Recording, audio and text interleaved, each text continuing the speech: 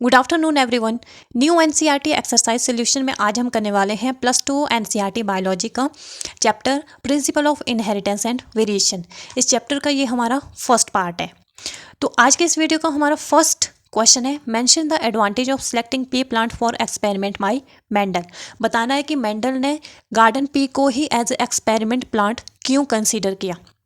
तो हमें पता है मेंडल ने गार्डन पी के ऊपर एक्सपेरिमेंट किए थे, जिसका साइंटिफिक नेम आ जाता है पाइजम स्टाइवम। कौन कौन से ऐसे रीज़न थे? सबसे फर्स्ट आ जाता है इसके जो करैक्टर थे वो वेल डिफाइंड थे। सेकंड, बाइसेक्सुअल फ्लावर इसमें प्रेजेंट है, जैसे मेल और फीमेल पार्ट एक ही प्लांट में प्रेजेंट है।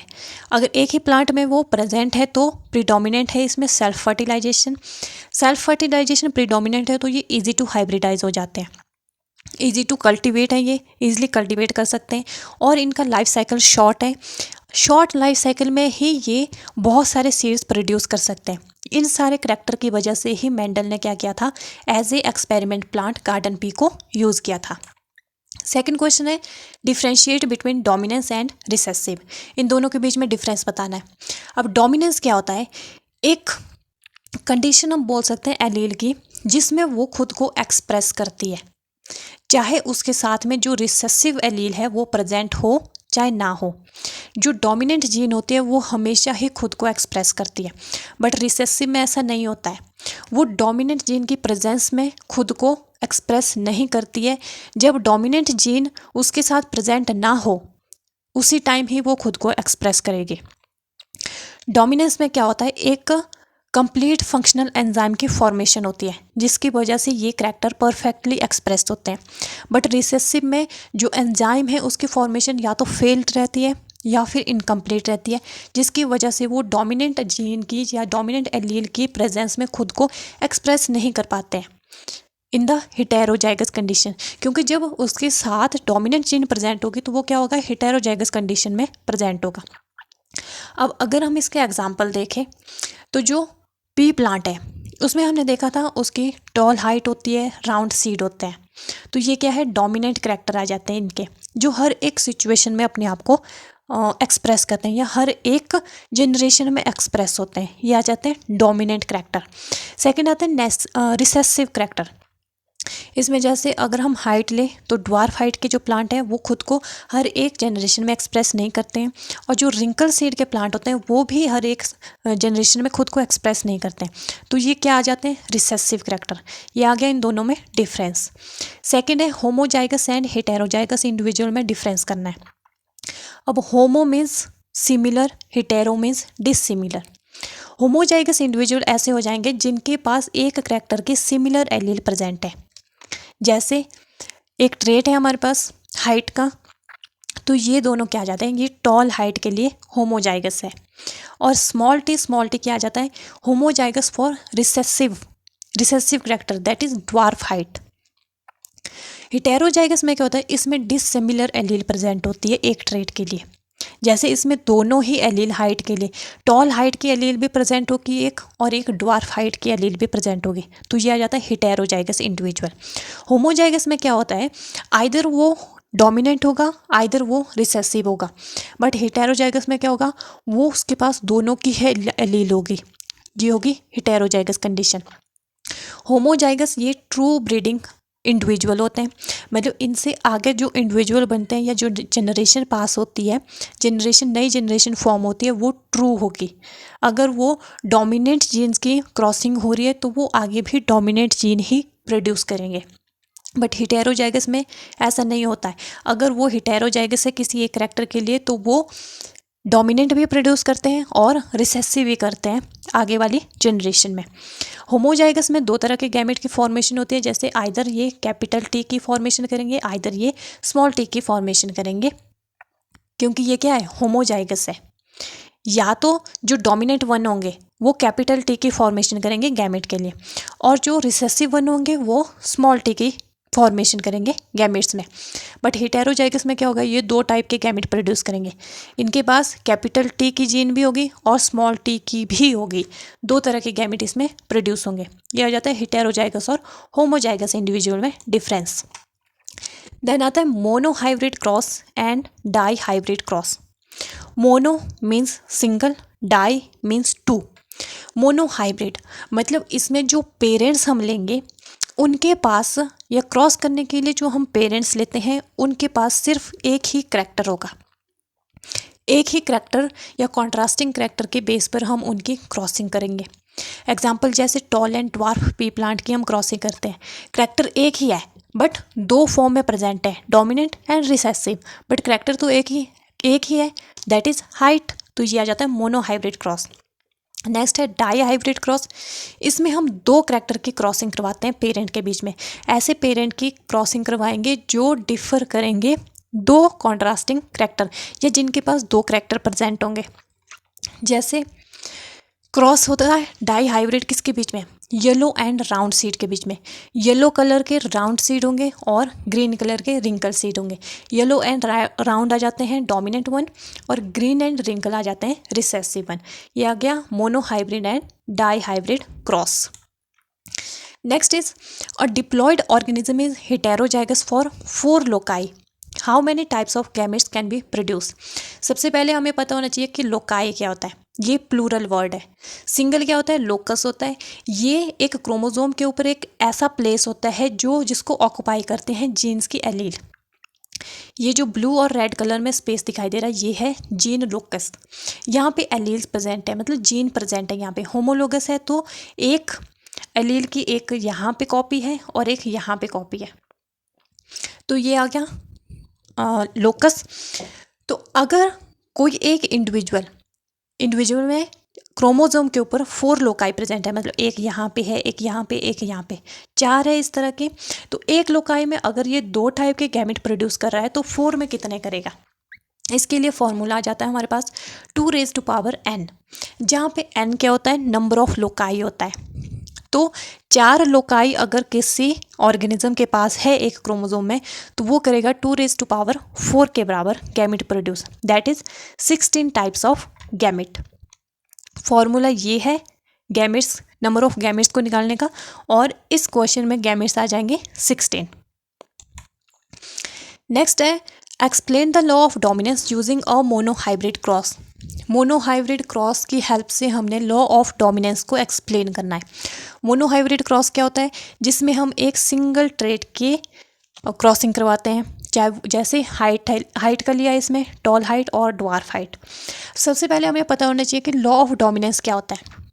लॉ ऑफ डोमिनेंस क्या बोलता है कि 2 जीन्स किसी ऑर्गेनिज्म में प्रेजेंट है तो जो डोमिनेंट जीन होगी वो अपने आप को हर एक सिचुएशन में एक्सप्रेस करेगी ही करेगी, जबकि जो दूसरी जीन्स होगी जैसे रिसेसिव जीन होगी वो खुद को हिडन रखेगी, अपने आप को डोमिनेंट जीन की प्रेजेंस में एक्सप्रेस नहीं करेगी। एग्जाम्पल आ गया जैसे जो क्रॉस है, टॉल प्लांट है, ड्वार्फ प्लांट है, गैमेट प्रोड्यूस करेगा टॉल वाला टॉल के लिए करेगा, ड्वार्फ वाला ड्वार्फ के लिए करेगा।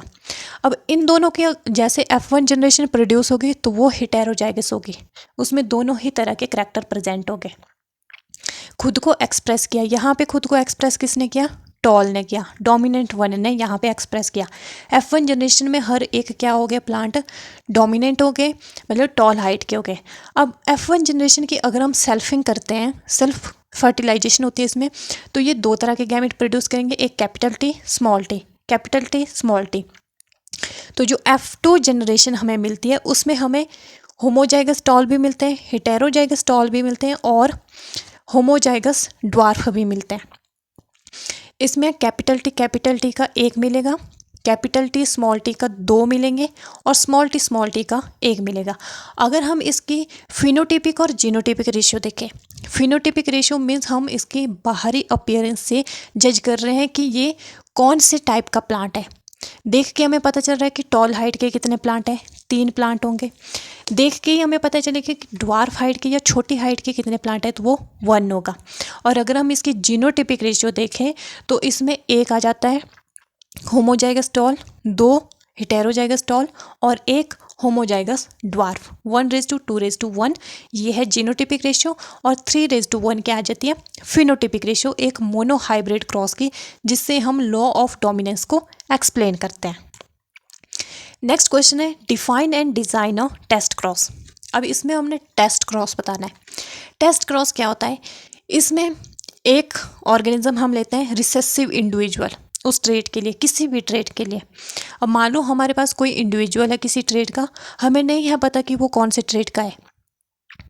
ट्रेट का तो पता है बट हमें ये नहीं है पता कि वो रिसेसिव है या डोमिनेंट है। अब उसकी क्रॉसिंग हम करवाएंगे रिसेसिव इंडिविजुअल के साथ जो उसी ट्रेट के लिए रिसेसिव जीन्स रखता हो। अब ये दो तरह से के भी हो सकते हैं। जो अननोन इंडिविजुअल है हमारे पास वो होमोजाइगस भी हो सकता है और हेटेरोजाइगस भी हो सकता है। अगर वो होमोजाइगस होता है तो जो F1 जनरेशन इसमें प्रोड्यूस होती है वो सारे के सारे डोमिनेंट वन होती है। जैसे इसमें हमने हाइट का एग्जांपल लिया है, तो टॉल अगर अननोन है हमारे पास होमोजाइगस टॉल, तो जो F1 जनरेशन मिलेगी वो मिलेगी हेटेरोजाइगस टॉल। इसमें सारे के सारे प्लांट टॉल होंगे क्योंकि रिसेसिव तो हमारा क्या है, टेस्ट करने के लिए है। और अगर हमारे पास अननोन इंडिविजुअल हेटेरोजाइगस टॉल होता है तो हमारे पास जो F1 जनरेशन बनती है वो 50% टॉल और 50% ड्वार्फ बनती है। 1:1 की रेशियो आती है। इससे हम टेस्ट क्रॉस से हमें क्या पता चलता है कि कोई इंडिविजुअल अननोन इंडिविजुअल होमोजाइगस है एक पर्टिकुलर ट्रेट के लिए या हेटेरोजाइगस है। इसके लिए ही हम टेस्ट क्रॉस परफॉर्म करते किसके बीच में है, अननोन इंडिविजुअल और रिसेसिव इंडिविजुअल के बीच में।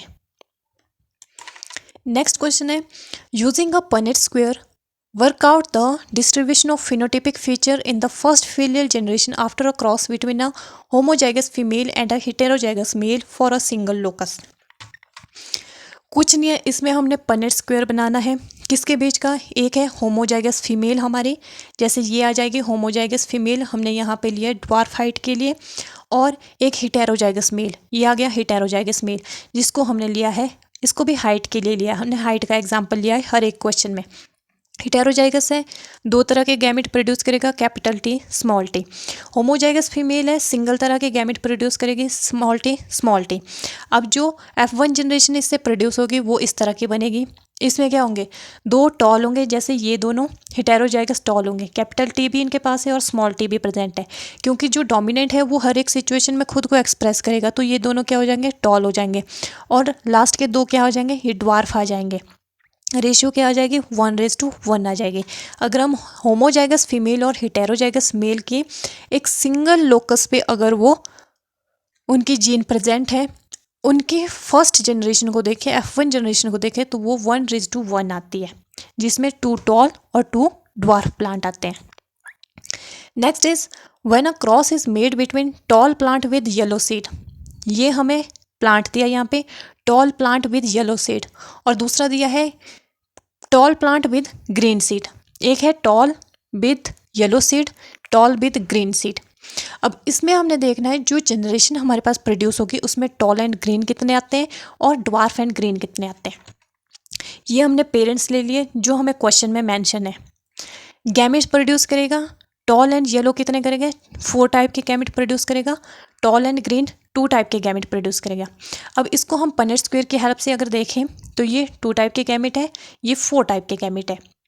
अब इसमें हमें क्वेश्चन में क्या पूछा था, ये तो हमारा आंसर आ गया कि हमने इसके क्रॉस से हमें कौन कौन से इंडिविजुअल मिले। अब इसमें हमने देखना है कि टॉल एंड ग्रीन कितने आते हैं हमारे पास और ड्वार्फ एंड ग्रीन कितने आते हैं। तो इस क्वेश्चन के अकॉर्डिंग हमारे पास टॉल एंड ग्रीन आ जाते हैं 3 और ड्वार्फ एंड ग्रीन आ जाता है 1, जो कि एक रिसेसिव करैक्टर है। रिसेसिव का अमाउंट हमेशा सबसे कम होता है और हेटेरोजाइगस का अमाउंट हमेशा सबसे ज़्यादा होता है। तो इस क्वेश्चन के अकॉर्डिंग टॉल एंड ग्रीन 3 मिले हमें और ड्वार्फ एंड ग्रीन 1 मिलता है। क्लियर। नेक्स्ट क्वेश्चन है, 2 heterozygous parents are crossed. 2 heterozygous parents को क्रॉस किया जाता है। If the 2 loci are linked, अगर 2 लोकाई लिंक है आपस में, what would be the distribution of phenotypic feature in F1 generation for a di hybrid cross. अब F1 जनरेशन में डाई हाइब्रिड क्रॉस के लिए फिनोटिपिक फीचर्स की डिस्ट्रीब्यूशन क्या रहेगी। अब जीन्स है वो सेग्रीगेट होती है जब गैमेट की फॉर्मेशन होती है और ऑफस्प्रिंग में इनहेरिट हो जाती है, इसको बोलते हैं हम इनहेरिटेंस ऑफ ए करैक्टर। अब अगर 2 जीन इनहेरिट हो रही है साथ में, अगर उनके लोकाई लिंक रहे तो क्या होती है, वो साथ में ही इनहेरिट होती है। ऐसी जीन्स को हम बोलते हैं लिंक्ड जीन, और ये एक प्रोसेस को डिफाइन करते हैं या डिस्क्राइब करते हैं जिसको बोलते हैं लिंकेज। अब सेग्रीगेशन के टाइम पे क्या होता है, ऐसी जीन जो लिंक्ड जीन होती है वो सेग्रीगेट नहीं हो पाती है गैमेट फॉर्मेशन के टाइम पे, और ये कनेक्टेड ही रहती है, और ये as a single gene inherit हो जाती है ऑफस्प्रिंग में। अब ऑफस्प्रिंग में क्या होता है, एज ए अगर ये सिंगल जीन इनहेरिट हो रही है तो F1 जनरेशन में क्या होगा, जो पेरेंटल फीचर्स हैं वो ज़्यादा होंगे और रिकॉम्बिनेंट इसमें बनेंगे ही नहीं। रिकॉम्बिनेंट क्यों नहीं बनेंगे, क्योंकि उसकी सेग्रीगेशन ही नहीं हो पा रही है। अब अगर इनसे F2 जनरेशन भी हम लेते हैं तो F2 जनरेशन में भी क्या होगा, चाहे वो जनरेशन F1 हो चाहे वो F2 हो, तो उसमें हमेशा लिंकेज क्या रहेगी, इनएडिक्वेट रहेगी, मतलब उसमें कोई भी रिकॉम्बिनेट नहीं बनेंगे क्योंकि लिंकेज है उसमें। बट जो प्रोपोर्शन है फिनोटाइप का, पेरेंटल फिनोटाइप का, वो क्या रहेगा, हमेशा हाई रहेगा। अगर रिकॉम्बिनेंट बनते भी हैं ऐसे केसेस में तो वो बहुत कम बनेंगे, और जो पेरेंटल फिनोटाइप है उनका प्रोपोर्शन बहुत ही ज़्यादा हाई रहेगा।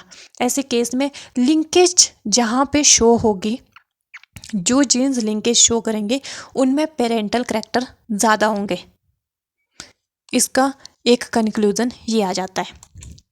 तो ये थे आज के इस वीडियो के हमारे क्वेश्चन। अगर आपको ये वीडियो किसी भी तरह से हेल्पफुल लगी हो या आपको लगे कि किसी और को ये हेल्प कर सकती है तो इसको उनके साथ शेयर करो, और अगर ये आपके लिए यूज़फुल है तो इसको लाइक करो, और अगर आपने मेरे चैनल को अभी तक सब्सक्राइब नहीं किया है तो प्लीज़ चैनल को लाइक शेयर एंड सब्सक्राइब ज़रूर कर दें। Thank you so much for watching this video.